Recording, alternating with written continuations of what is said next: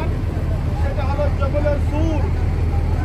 এটার নাম জবলের সুর, যেখানে আল্লাহ রাসূল সাল্লাল্লাহু আলাইহি ওয়াসাল্লাম মক্কা থেকে মদিনায় হিজরতের সময়, মক্কা থেকে মদিনায় করে হিজরতের সময় যখন আল্লাহ রাসূল মক্কাবাসী আল্লাহর উপর জুলুম নির্যাতন করেছিলেন, আল্লাহ তাআলার পক্ষ থেকে নির্দেশ আসলো, ইয়া রাসূলুল্লাহ, আপনি মক্কা থেকে মদিনায় হিজরত করেন। মদিনার আগের নাম কি ছিল? ইয়াসরিব। ইয়াসরিব নামক জায়গায় আপনি হিজরত করেন, আপনি চলে যান।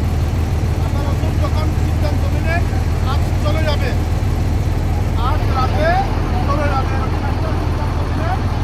সাথে ছিলেন আবু বকর সিদ্দিক রাদিয়াল্লাহু তাআলা আনহু। আল্লাহ রাসূল যখন চলে যাবে, এমন হয়ে গেল সবাই জানতে পারলো আল্লাহ রাসূলের ঘর মুবারক। চতুর্পাশে কাফেররা, ইহুদিরা কি করলো? ঘেরাও করলো। ঘেরাও করার পরে আল্লাহ রাসূল ওখান থেকে বের হওয়ার সময় বালি নিয়ে সবার চোখে মেরে দিলেন, সবার মুখে চোখে চোখে চলে গেল। অনেক লম্বা ঘটনা, আমি সন্তুষ্ট করে বলে দিচ্ছি। আল্লাহ রাসূল ওখান থেকে বের হয়ে দৌড়তে দৌড়তে এসে এই পাহাড়ের চূড়ায় এসে অবস্থান করেন। পাহাড়ের অবস্থান করে আল্লাহ রাসূল তারপরে গুহা ছিল, গুহার মধ্যে ঢুকে গেলেন। আবু বকর সিদ্দিক রাদিয়াল্লাহু তাআলা আনহুর সাথে ছিলেন।